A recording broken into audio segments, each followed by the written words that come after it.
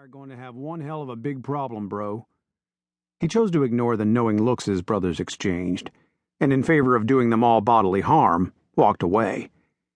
For one thing, he didn't want to ruin Sam and Bria's reception by getting into a knockdown, drag-out brawl. And for another, he made sure he never raised a fist in anger to anyone for any reason. He'd been down that road once, when he was a teenager, and the results had damned near ruined his life. He wasn't going to risk going down it again. "Ryder?" Turning at the sound of the familiar female voice, he watched the pretty blonde-haired woman with the bluest eyes he'd ever seen walk toward him. He and Summer had been best friends for the past few years, and although any man would be lucky to call her his woman, Ryder had avoided thinking of her as anything but his friend. Anything more between them, and he would feel obligated to tell her the reason he had finished growing up at the Last Chance Ranch. That was something he didn't care to share with anyone, and why he didn't intend to enter into a serious relationship with any woman. Some things were just better left buried in the past.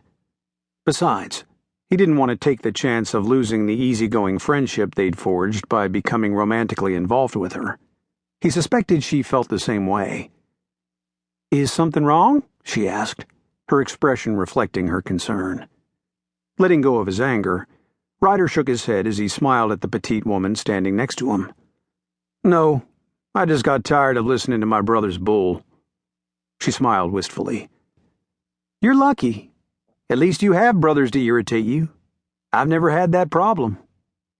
Ryder felt as guilty as hell. As aggravating as his foster brothers could be at times, there wasn't a doubt in his mind they would all be there for him no matter what, the same as he would be for all of them. They meant the world to him, and there wasn't a day that went by that he didn't thank the good Lord above that he had them in his life. But Summer had never had anything like that.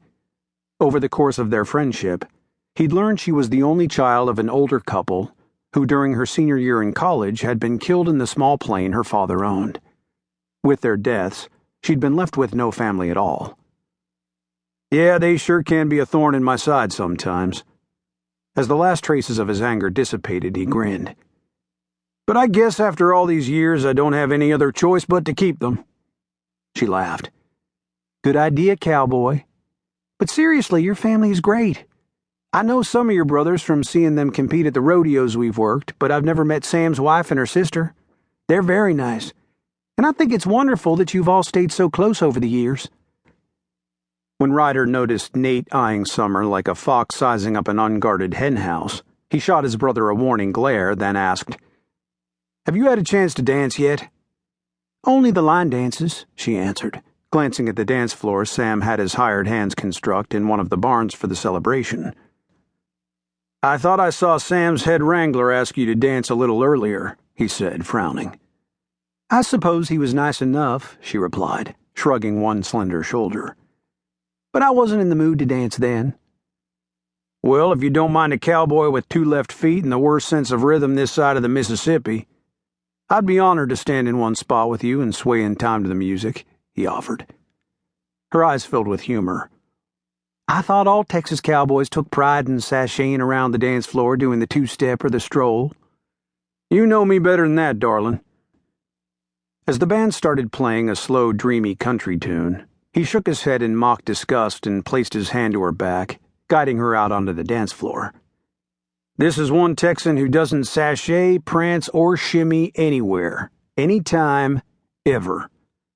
"I beg to differ with you," she murmured, placing her hands on his biceps when he rested his at her trim waist.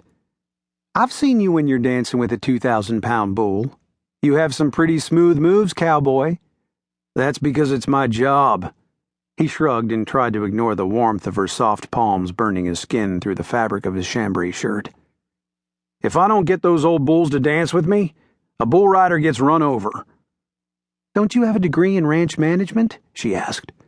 "I would have thought you'd be content to stay home and run your ranch instead of traveling around the country playing chicken with a bulldozer on hooves." "Yup, I'm a proud graduate of Texas A&M. He put himself between her and a couple enthusiastically two-stepping their way around the dance floor in an effort to keep them from bumping into her. "But I have a good, reliable foreman I pay quite well to check in with me several times a day. He gives me a full report on